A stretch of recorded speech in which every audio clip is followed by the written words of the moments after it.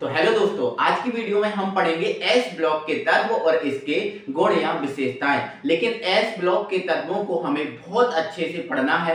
एक चीज ऐसी नहीं बचनी चाहिए जो हमें नहीं आनी चाहिए, क्योंकि ये हमारा बेसिक नॉलेज है। क्योंकि 11 तो हमें बेसिक नॉलेज देती है, तो बेसिक से सारी चीजें हम पढ़ लेंगे, समझ लेंगे और एग्जाम में हमें कैसे लिखना है ना, वो भी आपको हम जरूर बताएंगे। ठीक है, तो आइए वीडियो को स्टार्ट करते हैं। तो आपको ये पता है दोस्तों, ये क्वेश्चन लिखा है एस ब्लॉक के तत्व। आपको ये तो पता ही है कि आवर्त सारणी में 4 ब्लॉक हैं, S block, P block, D block और एफ ब्लॉक। तो इन ब्लॉकों का वर्गीकरण क्यों किया गया है वो आप सबसे पहले सुन लो। ठीक है, तो इन ब्लॉकों का वर्गीकरण बेटा उपकोष के आधार पर किया गया है ना। मतलब कैसे सर? मतलब ऐसे, आप बाहु नियम आपने पढ़ा होगा, बिल्कुल पढ़ा है। आप बाहु नियम में आपने इलेक्ट्रॉन भी भरे होंगे, बिल्कुल भरे हैं, बिल्कुल भरे हैं ना। तो आप बेटा, आप बाहु नियम में इलेक्ट्रॉन भरे हैं तो तुमने देखा होगा, तुमने समझा होगा, किसी का अंतिम इलेक्ट्रॉन डी में जाता है, किसी का एस में जाता है, किसी का पी में जाता है, किसी का एफ में जाता है। कैसे समझे सर? ये समझे नहीं,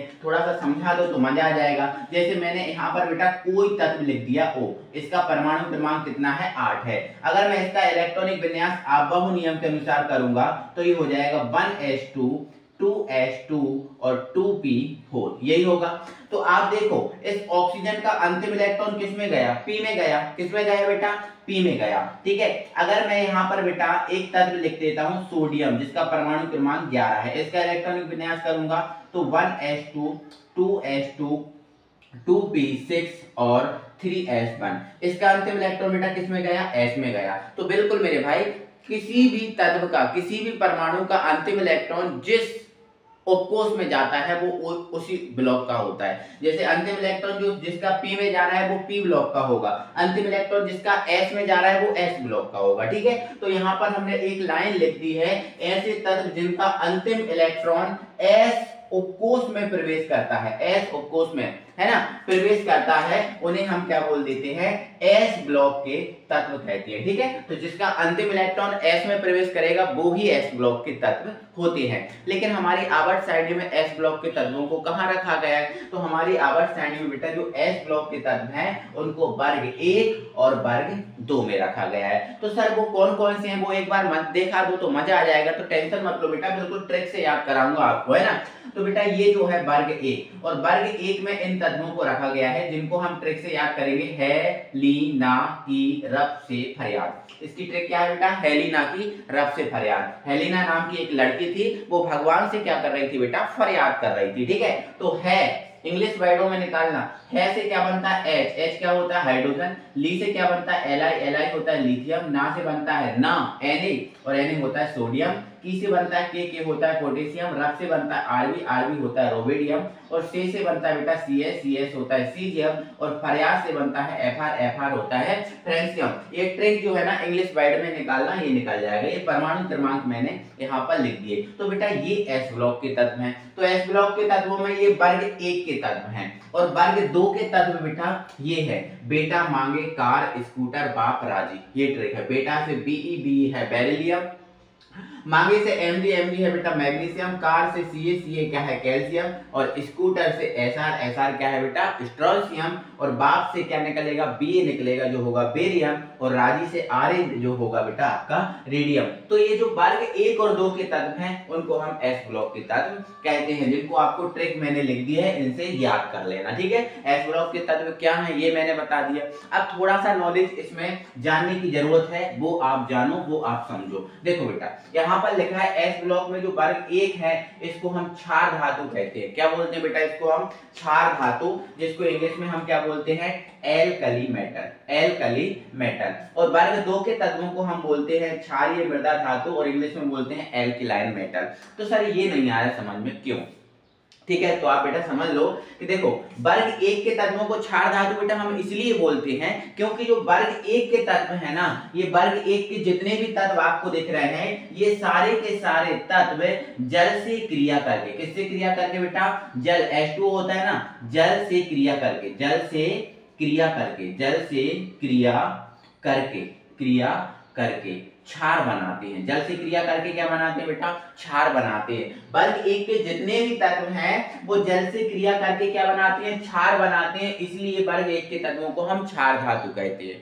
क्लियर है सर? चलो ये समझ में आ गया सर, है ना। आप बताओ सर क्षारीय मृदा धातु क्यों बोलते हैं? बिल्कुल समझो। तो बेटा ये जो वर्ग दो के जितने भी आपको तत्व दिख रहे हैं, जितने भी वर्ग दो के तत्व दिख रहे हैं, ये वर्ग दो के ये सभी तत्व मृदा में उपलब्ध हैं। कहाँ उपलब्ध है बेटा? मृदा में उपलब्ध हैं और जल से क्रिया करके क्या बनाते हैं? क्षार बनाते हैं, है ना। ये सभी के सभी तत्व मृदा में उपलब्ध हैं और जल से क्रिया करके क्षार बनाते हैं, इसलिए बेटा इनको हम क्षारीय मृदा धातु कहते हैं। तो समझ गए कि इनको क्षार धातु क्यों कहते हैं, इनको क्षारीय मृदा धातु क्यों कहते हैं? ठीक है। अब सर हमें ये नहीं आ रहा समझ में क्षार होते क्या है ना। तो आपको पता है क्षार स्वाद में कैसे होते हैं? कड़वे होते हैं कि नहीं होते हैं? क्षार स्वाद में कड़वे और अम्ल स्वाद में कैसे होते हैं? खट्टे होते हैं। तो ये तो आपको पता होना चाहिए, ठीक है। तो क्षार धातु क्यों बोल रहे हैं? क्योंकि जल से क्रिया करके क्षार बनाते हैं। क्षारीय मृदा धातु क्यों बोल रहे हैं? क्योंकि मृदा में उपलब्ध है और जल से क्रिया करके क्या बनाते हैं? क्षार बनाते हैं। आगे बेटा थोड़ा सा आपको ये समझना जरूरी है। देखो ये बेटा ये वर्ग एक के तत्व है। क्या है बेटा?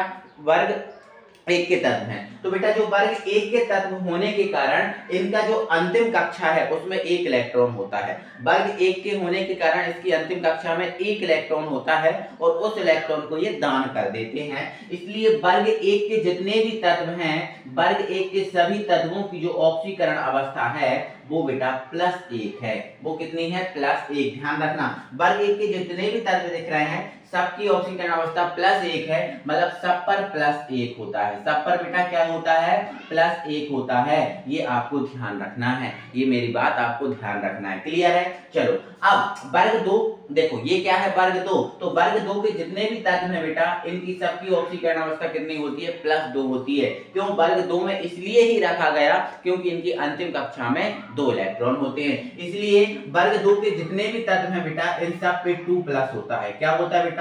2+ होता है। ध्यान रखना इस बात को। वर्ग दो के जितने भी तत्व हैं बेटा इन पर सब पर क्या होगा? 2+ होगा। तीसरी बात बेटा इसका सामान्य इलेक्ट्रॉनिक विन्यास बता रहा हूं। किसका? सामान्य इलेक्ट्रॉनिक विन्यास। ये पूरा मैंने शॉर्ट में लिख दिया, सामान्य इलेक्ट्रॉनिक विन्यास। तो देखो हमने बताया ये वर्ग एक के तत्व हैं और वर्ग एक के तत्व हैं और एस ब्लॉक के तत्व हैं, तो अंतिम इलेक्ट्रॉन बेटा एस में तो जाएगा ही जाएगा, बिल्कुल जाएगा। लेकिन बेटा अंतिम इलेक्ट्रॉन एस में तो जाएगा, लेकिन एस में कितने इलेक्ट्रॉन होंगे, है ना। तो आपको पता है ये वर्ग एक के तत्व है, अंतिम इलेक्ट्रॉन एस में जाएगा, बिल्कुल जाएगा। लेकिन बेटा वर्ग एक के होने के कारण एस में इलेक्ट्रॉन तो जाएगा लेकिन एस में एक इलेक्ट्रॉन होगा। कितना इलेक्ट्रॉन होगा बेटा?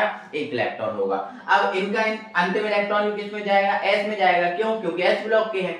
एस में तो जाएगा लेकिन बेटा एस में कितने इलेक्ट्रॉन होंगे? 2 ही इलेक्ट्रॉन होंगे। और आपको पता है कि जो एस ब्लॉक है इसमें 2 ही electron, sorry S of course में 2 ही इलेक्ट्रॉन जाते हैं। तो भाई आपको पता है एस ऑफ कोर्स में 2 ही इलेक्ट्रॉन जाते हैं, इसलिए इसके 2 ही वर्ग बने, वर्ग 1 और वर्ग 2। आई होप समझ गए होंगे, ठीक है। बट इसके आगे बेटा एक संख्या लगाना जरूरी है। एन क्या है? एक संख्या लगा दी। एन की जगह कुछ भी आ सकता है, 1 2 3 4 5, है ना। जैसे हाइड्रोजन है, हाइड्रोजन का इलेक्ट्रॉनिक विन्यास करेंगे तो इसका होता है बेटा 1s1। तो अंतिम इलेक्ट्रॉन s में तो गया लेकिन n की जगह क्या आएगा? 1 आएगा। इसका अंतिम इलेक्ट्रॉन बेटा 2s1 में जाएगा, 2s1। इसका क्या होगा? 3s1, है ना। क्या होगा बेटा? 3s1। तो अंतिम इलेक्ट्रॉन s में तो जाएगा लेकिन s में 1 इलेक्ट्रॉन होगा, लेकिन n क्या बता रहा है? संख्या को बता रहा है। तो n की जगह कभी 1 हो सकता है, 2 हो सकता है, 3, है ना। तो इसके अनुसार ये बनता जाएगा, आप करके देख लेना, ठीक है। और इसका होता है बेटा NH2, ठीक है। तो ये आपको बातें याद रखना है बहुत अच्छे से, कोई परेशानी नहीं होनी चाहिए यहाँ तक, ठीक है। चलो अब बेटा आगे समझो। देखो ये बहुत सारी चीजें समझ गए हो, कोई दिक्कत नहीं, कोई परेशानी नहीं। अब जो एस ब्लॉक है इसकी बेटा हम विशेषताएं पढ़ने वाले हैं। तो बेटा अब हम इनकी विशेषताएं पढ़ेंगे तो विशेषताओं में हमें कोई दिक्कत ही नहीं, क्योंकि हमने सारी विशेषताएं इसकी पढ़ ली। तो अगर विशेषताएं या गुण की अगर कोई पूछे तो आप क्या लिख दोगे? पहला गुण क्या लिखोगे? तो आप लिख दोगे एस ब्लॉक के तत्वों को वर्ग 1 और 2 में रखा गया है। बिल्कुल यार, वर्ग 1 और 2 में रखा गया है, टेंशन ही नहीं है, परेशानी नहीं है। चलो दूसरी विशेषता, दूसरी विशेषता इसकी ये है कि इसका अंतिम इलेक्ट्रॉन एस ऑफ कोर्स में जाता है। बिल्कुल यार, एस ब्लॉक के हैं तो अंतिम एस में ही जाने वाला है ना, कोई परेशानी होगी क्या? नहीं होगी। तीसरी विशेषता बेटा क्या हो जाएगी, तीसरी विशेषता हो जाएगी कि भाई इसकी जो ऑक्सीकरण अवस्था है ना, +1 और +2 होती है। तो +1 किसके लिए होगी बेटा, +1 वर्ग 1 के लिए होगी और +2 वर्ग 2 के लिए होगी। दिक्कत है क्या, बिल्कुल दिक्कत नहीं होगी सर, बिल्कुल टेंशन नहीं है। ठीक है, आगे बढ़ो। इसका सामान्य इलेक्ट्रॉनिक विन्यास, इसका सामान्य इलेक्ट्रॉनिक विन्यास बेटा क्या होता है, NS1 से 2 होता है। क्या होता है बेटा, NS1 से 2। अब जो 1 से 2 यहाँ पर आपको जो दिख रहा है फोटो में ये 1 से 2 ऐसा लिखा है। ठीक है, NS ये जो है ना NS जो है ना 1 से 2 ऐसा लिखा है ना बेटा, ऐसे लिखा है। तो आप क्या करना, इसको ऐसे लिखना NS1 से 2 ऐसा लिख लेना, क्योंकि उस फोटो में ठीक तरीके से नहीं बन पाया। तो NS1 से 2 क्यों सर, ये समझ में नहीं आया। तो बेटा NS1 से 2 इसलिए क्योंकि NS1 इसका, NS1 किसका, वर्ग 1 का, और NS2 इसका, मतलब टोटल 1 से 2 तक होगा ना।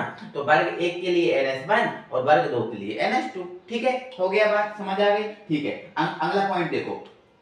ठीक है, इसमें वर्ग 1 के तत्वों को क्षार धातु एवं वर्ग 2 के तत्वों को क्षारीय मृदा धातु कहते हैं। बोलो, बात समझ में आ गई, बिल्कुल आप समझ में आई गई होगी, कोई दिक्कत नहीं है। ठीक है, एक आध पॉइंट और लिख लो। ठीक है, इसमें हाइड्रोजन को छोड़कर सभी तत्व क्या है बेटा, धातु हैं। मतलब यहाँ पर बेटा जो हाइड्रोजन है ना, ये जो हाइड्रोजन दिख रहा है ना, ये हाइड्रोजन जो है केवल और केवल उपधातु है। क्या है, उपधातु है। क्या है बेटा, उपधातु। इसके अलावा जितने भी तत्व हैं ये सभी तत्व क्या हैं, धातु हैं। और यहाँ के भी जो सभी तत्व हैं वो सब क्या है बेटा, धातु हैं। ठीक है, अब आगे एक आध पॉइंट और लिखना हो तो लिख सकते हो कि ये तत्व प्रबल धन विद्युती है। प्रबल धन विद्युत मतलब सब पे धनावेश होता है ना, इसलिए इनको प्रबल धन विद्युती कहते हैं। तो बस इतने ही पॉइंट आपके लिए काफी हैं, जो आपके लिए नॉलेज जरूरी था वो मैंने आपको दिया। आई होप समझ गए होंगे। ठीक है ना भाई, फिर मिलते हैं अगली वीडियो में, तब तक के लिए बाय बाय।